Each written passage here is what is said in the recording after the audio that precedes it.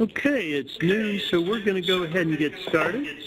Wanted to say good afternoon for all those on the east side of the country, and good morning to those in Mountain Time and Pacific Time.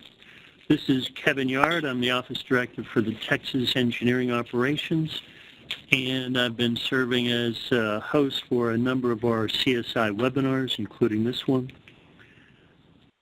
Our webinar today is the fourth in 2018. It'll be presented by Michelle Leonard. A lot of you know Michelle as one of the key leaders in our sustainable materials management practice. Today she's going to be speaking about current trends in the markets for recovered materials and SES Engineers' response. It's a very timely topic in view of the various actions of the Chinese government and associated impacts to markets for recovered materials. I know for me, in recent discussions with various clients, I believe it's very important for us to be mindful of these type trends in the marketplace that are impacting our clients, both the public and private sectors. And by having an awareness of what's going on in these markets, I believe we can increase our ability to just stay in touch with our clients and what's going on in their world, and therefore help develop some solutions that are directly tied to their business. We'll have a question and answer period following Michelle's presentation, so if you could make a note of your questions while we're ongoing, that'd be great. If you have a burning question throughout, feel free to use the chat line and we'll respond to it as soon as we can. And that's how we'll be taking your questions on the chat line. So without further ado, Michelle, it's all yours. Good morning, everybody, and hopefully you can hear as well as see the presentation. As Kevin said, this is a really important, urgent topic that has been in the news every day, not only in our own industry, newsletters and emails, but you may even catch a glimpse of this in your local newspapers. So what I'm going to talk about today is what is the existing status of the trade barriers that China has implemented, and what it means for recycling in the United States, and then how can we help our clients to respond to the situation and now and in the future.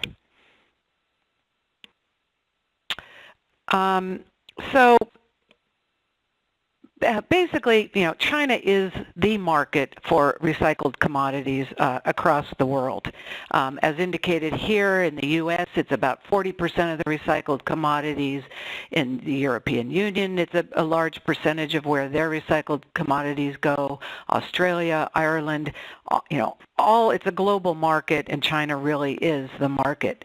It represents about $5.6 billion, and overall is the most important market for recovered fiber, and about 67% of plastics exports worldwide had been going to China.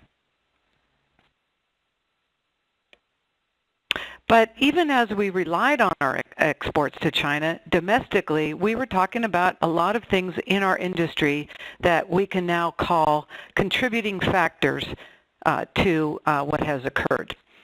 One is the changing or evolving ton.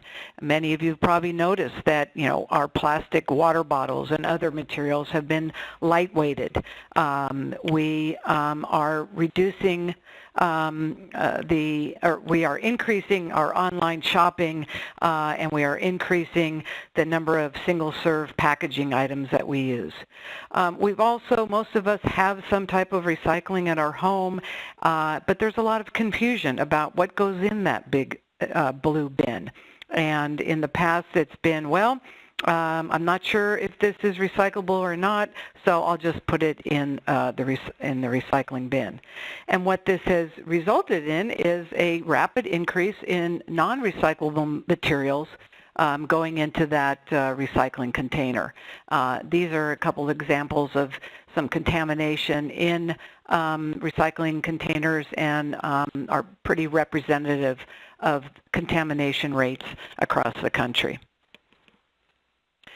So how did this all start? Well, back in 2013, you may remember that the green fence, and this was implemented by China basically in relation to the bales of imported recyclables, both paper and plastic, that they indicated cannot contain other materials, and restricted the acceptance of bales of materials that were coming in with high quantities of contamination, whether it was plastic in the paper bales or paper in the plastic bales.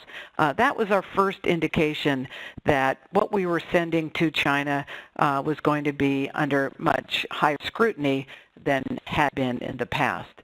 And then in early 2017, National Sword came down, and that was designated originally as a one-year crackdown on what was deemed foreign waste. Although it's difficult to sometimes translate their definition of foreign waste, this really included a lot of the recyclable materials that were being sent to China along with other waste imports. And then the big news came in July of 2017 with the World Trade Organization filing where China said that there was going to be 4 classes and 24 kinds of solid waste would be forbidden from being imported into the country, and that included plastic waste, unsorted paper, as well as textiles. Along with that filing was the establishment of a 0.3% contamination limit, which basically said any recyclables that were sent to China could not have greater than that 0.3 contamination limit. And as you recall from the previous slide, our contamination rates are much higher than 0.3%. So huge red flag and a huge gulp and gasp, I guess, from the U.S. and from recycling processors. It's hard to disagree with the concern about exporting and importing waste into the country. All of us working in the environmental field and working with and for public agencies, our job is to protect public health and the environment. And so it's hard to argue with their ability to do the same. But what really is the concern is that particularly with that 2017 filing, was the timing of it, the types and quantities of materials that were affected by it, as well as the effect on the U.S. programs. At that time, the U.S. recycling industry requested a delay in the implementation of the ban, but that was just not going to happen in China's eyes. So the restrictions were finalized early this year, and basically maintains that prohibition on the imports of mixed paper and post-consumer plastic. And although they did relax that contamination standard to 0.5%, the request for a less stringent contamination standard and a longer transition period were ignored by the Chinese government. So what are the existing import restrictions? Basically, there are new waste import bans, restrictions on what the types and quantities of materials can come in, much tougher enforcement at the ports. The inspections are being done at U.S. MRFs to identify the materials that are going into bales, and probably most importantly, a big reduction in import quotas. And in fact, we are just in the last couple of days coming off of a complete ban of any licenses for import of materials. That was a 1-month ban during the month of May. And so obviously, again, has impacted significantly the types and quantities of materials that could be imported into China. And as it says, you know, the national sword and what is happening now makes the green fence look somewhat minor in comparison. So what effect has this had on U.S. exports to China? Well, if you compare January and February of 2017 to those months this year, plastic scrap is down significantly, almost 93%, as well as recovered paper. And you can see, you know, that mixed unsorted paper is really the big one that's really been curtailed. Corrugated is still being, clean corrugated is still being accepted and being exported, as well as some of the printed newspaper and high grades. But those bales of mixed paper that come out of commercial as well as residential are just not being exported to the country. As well as aluminum scrap, which is down another 7% as well. And we're not done yet. So they've announced that there are plans to ban 32 additional scrap categories, 16 by the end of this year and another 16 by the end of 2019. This year, that'll include post-industrial plastic, and then in 2019, it's going to also include non-ferrous scrap material. So we're not, you know, just talking about what's coming out of, you know, residential curbside collection programs, but also industrial scrap as well from our manufacturers. When, you know, when all of this occurred, the U.S. EPA certainly wasn't in a position to take the lead in terms of a response to it. Most of the states are, of course, monitoring the impact of the trade barriers on their programs and kind of waiting to see where it's really going to go. And I'll give you an example of what some of the responses and impacts to some of the states have been. So in California, we've seen a heavy effect, and this is information that Waste Dive has been collecting and continues to collect, and you can see updates of this information in their news letters. But here in California, there is some staging of material while we wait to see if there are other opportunities to export the materials to other countries, and we are anticipating increases in residential and commercial rates moving forward as the markets become tighter and tighter. In Colorado, it kind of what they call a noticeable effect, so MRFs have been required to meet that 75% material turnover, and they are issuing some waivers to stockpile the material. Idaho is another state that has had a heavy impact from the ban, and North Carolina, where they are stockpiling some materials and also anticipating increases in rates as a result. Some of the other states, Maine, as the prices go down, they also are stockpiling materials, and in Missouri, they looking to develop local markets and reduce reliance on exports, and there's some processors that have actually stopped accepting some of the plastic materials.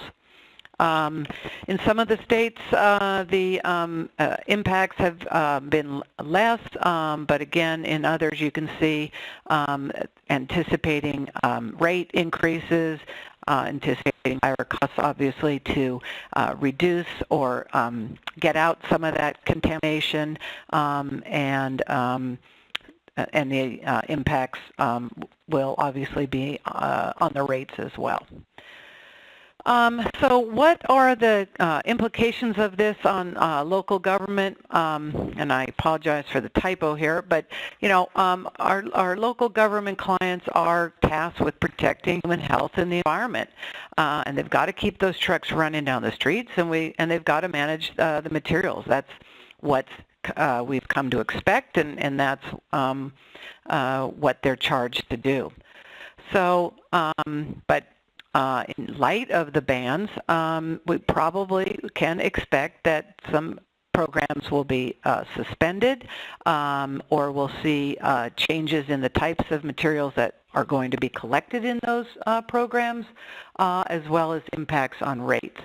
And this is all going to be, of course, dependent on, you know, whether that program or that municipality exports their materials and where the materials are exported to. As I indicated, you know, we in the United States have a high reliance on China, but there are other markets where some of these materials were going, both domestically and other destinations, India and other parts of Southeast Asia. So that's a big factor in the impact on programs. We're going to anticipate that there will be amendments to existing contracts.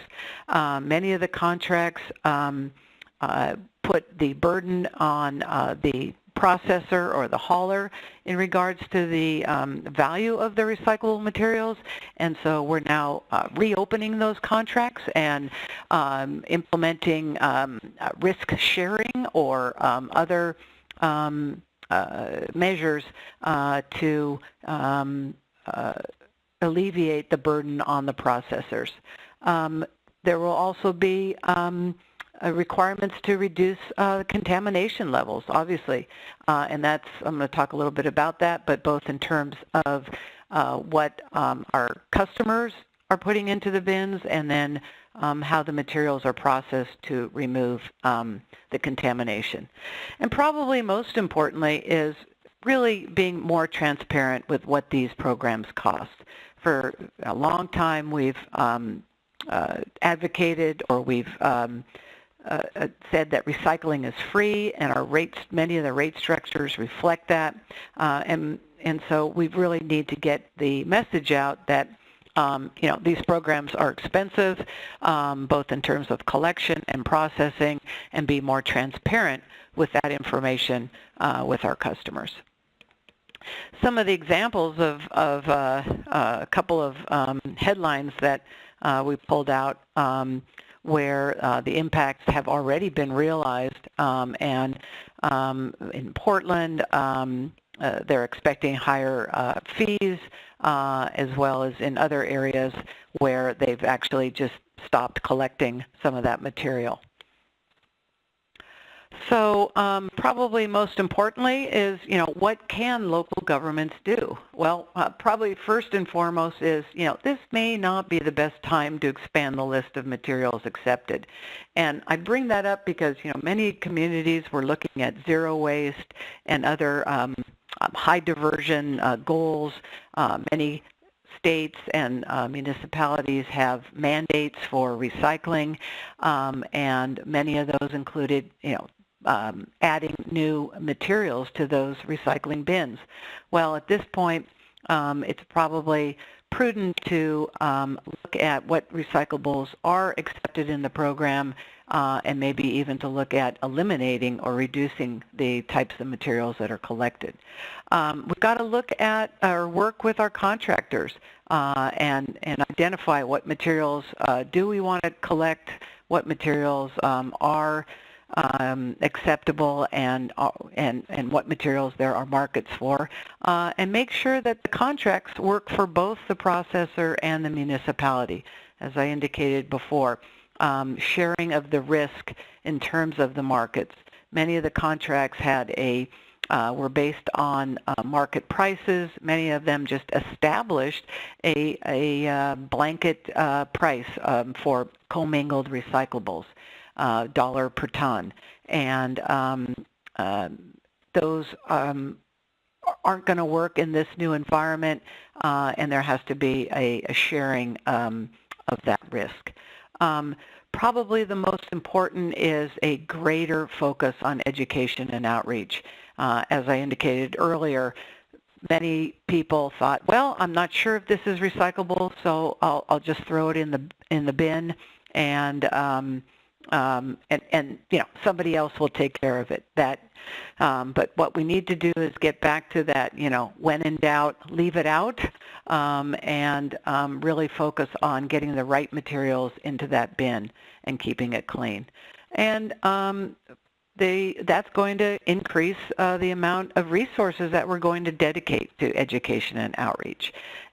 We know that sending out flyers or other messages aren't highly effective, and we're going to have to use new ways to make sure that people understand what can go in the recycling bin and understand how they're putting in materials that aren't acceptable impacts the ability of their municipality to market those materials. And finally, that transparency. Recycling does cost money. It costs both in terms of collection and processing, and we need to make sure that that's shared with our customers, our residents, our businesses, so that they understand the implications of the programs.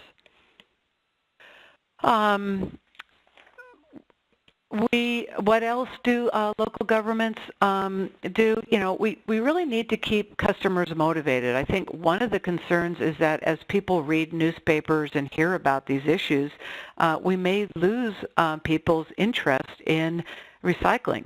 If they hear that the bans are in place, people may say, well, you know, I'm not going to recycle anymore.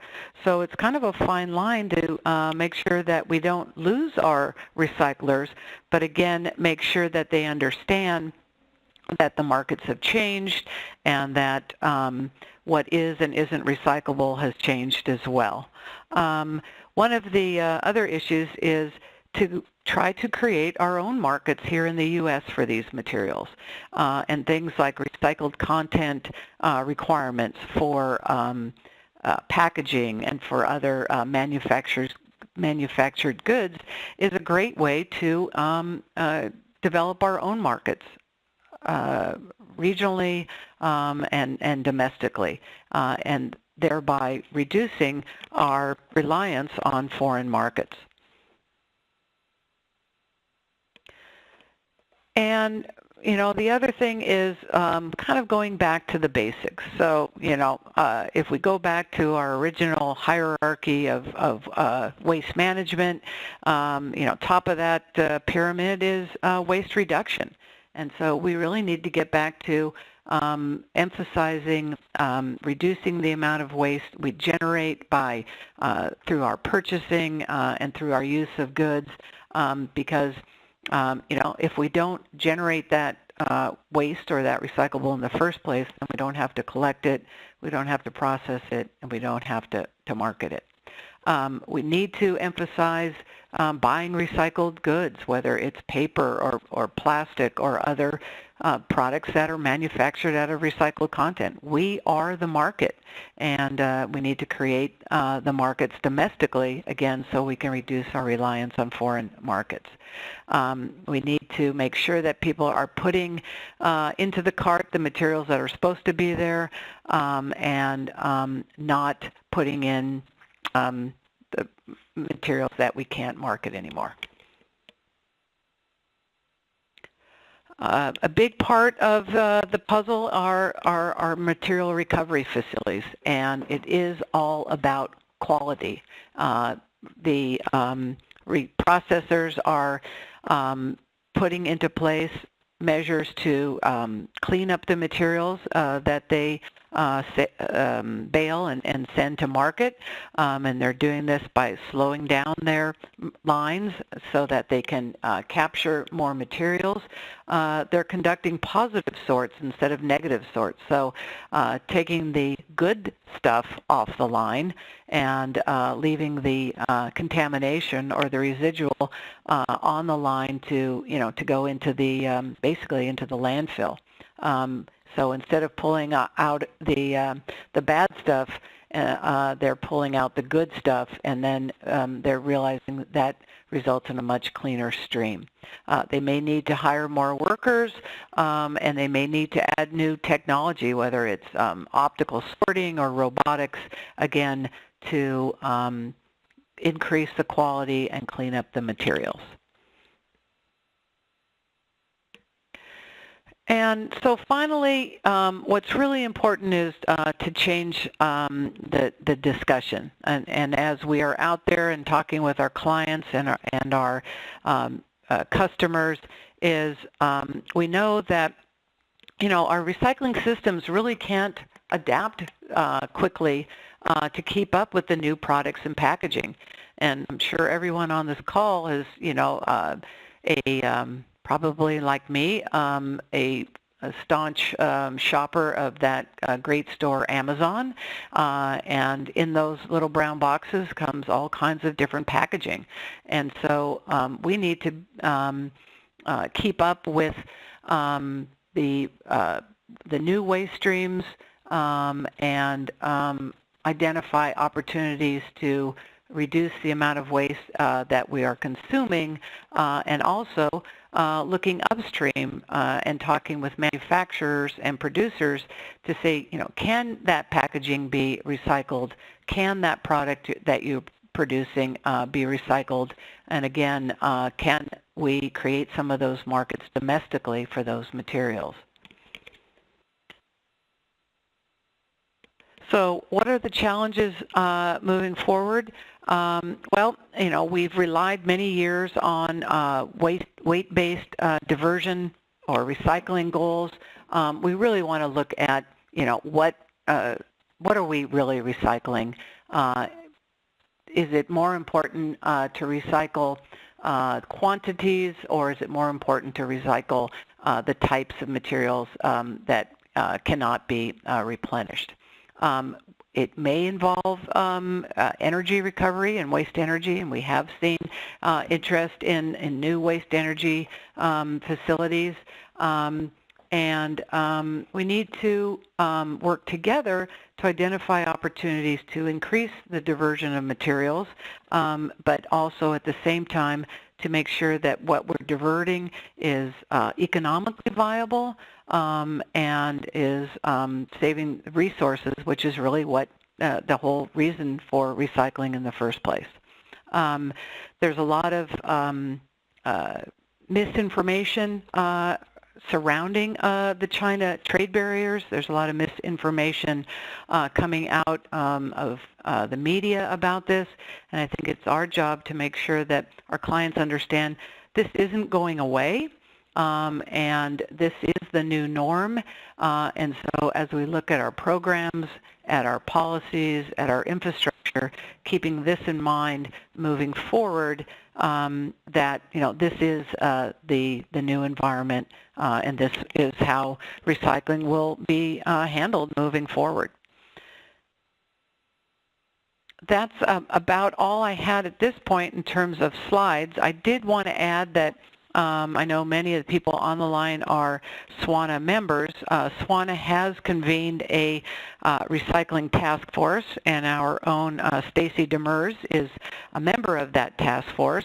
And SWANA, the task force, is providing guidance to members as well as the industry in general, and providing great information through webinars and workshops, etc., regarding the trade barriers. You can go on to the SWANA website, and there is a specific page on China import restrictions, and there's some great tools on there as well, including some infographics, articles, as well as letters that SWANA has prepared in response to the trade restrictions. So I would encourage you to utilize that information, which is updated on a regular basis as well. So at this point, I'd open it up for questions or comments. I'd love to even have people share if they have experienced impacts on programs that perhaps you've been working with with clients, and any reactions or responses that any of your clients have taken in regards to the trade restrictions. So given the number of participants online, we do ask that you use the chat function to send your questions to Michelle. And Michelle, while we're waiting for those chat questions to come in, tell us a little bit more about the diversity of the impact that you've seen, say, east to west, coast, center of the country. How much difference are you seeing? I know here in the West Coast, we have heard and we're aware of some communities that are landfilling some of the materials, particularly in the Northwest, Washington and Oregon. In California, we're seeing a lot of stockpiling of materials, and then in other parts of the country, I'm told that materials are being sent or were being sent to other countries. A lot of materials were initially being sent to Vietnam, although yesterday's news indicated that their ports are now inundated and they've had to stop accepting a lot of materials. In other areas, again, some of the materials are no longer being accepted by programs, particularly plastics. I have not heard of landfilling in the East Coast, but I can only assume that if they're not being accepted in the recycling bin, that they probably are going into the waste bin. We know that a lot of contracts are being looked at in terms of what is being required to be recycled, and then again what municipalities are, or what the haulers or the processors are paying municipalities for those materials, and now in fact are charging for the materials as opposed to paying for the materials. What's interesting to me is how the attitudes have been just more one of adaptation as opposed to frustration. It seems like people are looking for new ways. As you say, it's a new day, but I'm sensing that people are coming up with new ways. It was interesting here in Texas to see that the city of Houston, even after that massive flood, moved forward with their contract with FCC for I think it's a 15-year program for design, build, operate of a new single-stream MRF to the tune of something like, I don't know, a $30 million investment. Programs are still moving forward. Right, but again, we're going to see more of the costs associated with those programs passed on to the consumers, onto the businesses and residents, and we're going to see those MRFs and processors putting in more equipment to produce a cleaner stream. I mean, the bottom line is, I think we got lazy, and we weren't doing a good job of cleaning up the materials that we were sending in there. So again, we can't blame China for not wanting to import waste, and although the way that it was done and the immediacy of it was probably not palatable for us, but it is a huge wake-up call that we need to produce a cleaner stream, a more marketable stream. And the other part too, again, is let's look at the opportunities for domestic markets, and can we be utilizing some of these materials here. At a recent conference, representatives from Waste Management said that in fact, about 3/4 of their recyclables that they collect in the U.S. Are processed domestically. So it does show that that is possible. Again, it will impact rates, it'll impact costs, but we can also look at job creation, reduce greenhouse gas emissions, et cetera, by doing some of this domestically. And Michelle, the chat line is open, and there's a question, there's a couple, one from Mike Fisher, who asked how this is going to affect states like Florida that have set up percentage goals for recycling. Are you seeing some states adjust those goals? No, we haven't seen adjusting of the goals, but we have seen some states moving more towards away from diversion or recycling goals to let's look at reducing greenhouse gas emissions. The state of Oregon has written and implemented their sustainable materials management plan that says, puts more emphasis on reducing greenhouse gas emissions and other environmental impacts associated with waste management processes than whether we're meeting a 75 or 90% recycling rate. So because we know that you can meet those recycling goals by a lot of really heavy stuff like C&D waste and metal, but other materials may have a greater environmental benefit from recycling. And Jim Bowlby is commenting, sort of reiterating that indeed SCS has services to help municipalities with communication and outreach, and certainly Michelle in particular, I know you do a lot in that regard. And Jim is also asking about our experience with optical sorting and robotics. I hear that those technologies are coming. Have we seen them implemented as yet?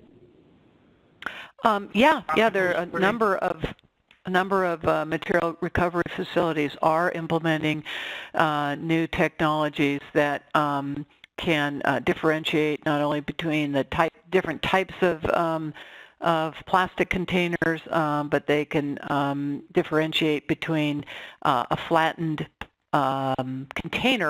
plastic container, and a flat piece of paper. So, which was one of the challenges that the facilities were having with some of the original technologies, where if you and I put a PET bottle in the recycling bin and we flattened it so we could have more room in our bin, the sorting line couldn't differentiate between, a flattened milk carton and a flattened PET bottle, and the new technologies are able to differentiate those, which again then separates those materials and reduces the contamination, say, in the plastic bale.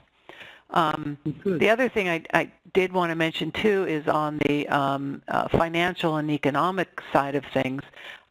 We do have a new financial management director, Vita Quinn, who has joined us this year. And Vita is an excellent resource in terms of looking at rates and financial modeling for contracts.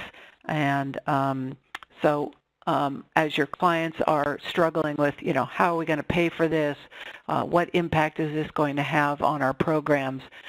We've got great tools now with Vita in terms of being able to model the financial impacts of, the new programs.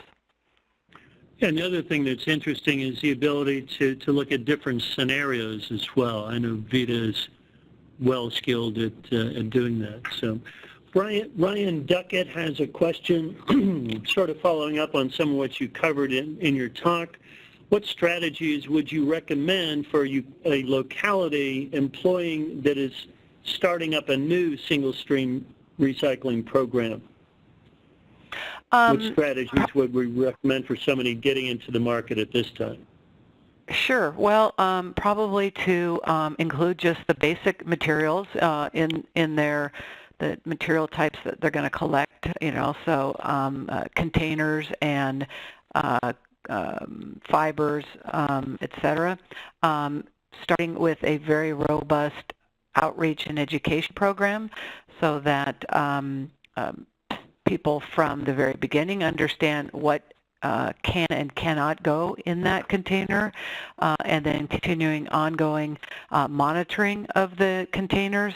We do a lot of that work for haulers and for municipalities, going out and as we call it, flipping the lid and looking in the containers to see, are people doing the right thing?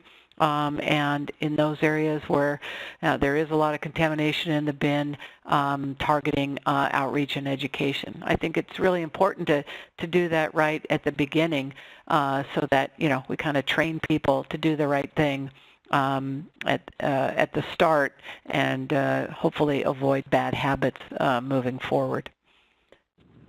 That's correct. The other thing for new programs is, of course, the contract, and again, can't emphasize enough making sure that there's a shared risk and a shared responsibility between the municipality and the hauler processor for the materials.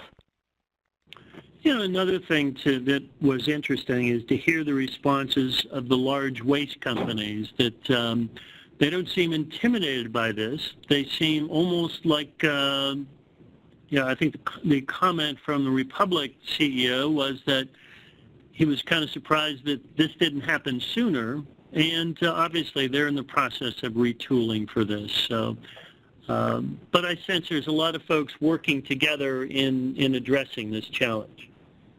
Yeah, I think it was kind of humbling to all of them, and as I alluded to earlier, I think we got lazy, and I think this was a huge wake-up call. I think also that the large processors are looking at this as an opportunity to perhaps get away from that free recycling, in quotes, and be able to charge for what recycling is really costing them. And they've been talking about that for a long time, that recycling isn't free, and I think they see this as an opportunity to promote that even further, and to be compensated for the costs for collecting and processing of the material. Right. Hey, Michelle, this is Sterling. I got a comment and a question, commenting on the sort of the community outreach and the flipping the lid, as you called it. Here in my municipality, locally, they are coming out and doing like bin audits, and then giving you a grade on how well you did if you have contamination. And for the folks that are keeping their bins in order, they're making that pretty public. You get a kind of a gold star on your bin that tells your neighbors that you're a good recycler. So there's some shaming in that, which I think is good motivation, that you're like, oh, I didn't do so good. I got a C or whatever. And then, ooh, I did better, so I get a gold star on my bin. That's kind of neat and an interesting way to go about that, I think. That's the comment. Now I've got a question for you. Mm-hmm. What happens to the materials that are turned down, that don't meet those contamination standards? I'm guessing that are they turned down here in our ports, or after they are shipped to China? And if that's the case, what happens to them when they get over there and they're then denied? Yeah, that's a great question. So, there are inspections that are being conducted at the MRFs here in the U.S. And so, the processors have basically licenses to export. And what China did for a period of time was rescind all of those licenses. So nothing could be actually, accepted at the ports in China. The recent, I alluded to the one in May, and so what happened there was anything that was already on its way they did accept, but nothing else could be sent out. I think it was May 5th through June 5th, and so nothing could be shipped. So it basically, if you were a processor and you were ignoring everything that happened and you sent a container over, it wouldn't be accepted and it'd have to be sent back. And so in fact, the materials are just staying here. and if they don't meet that standard.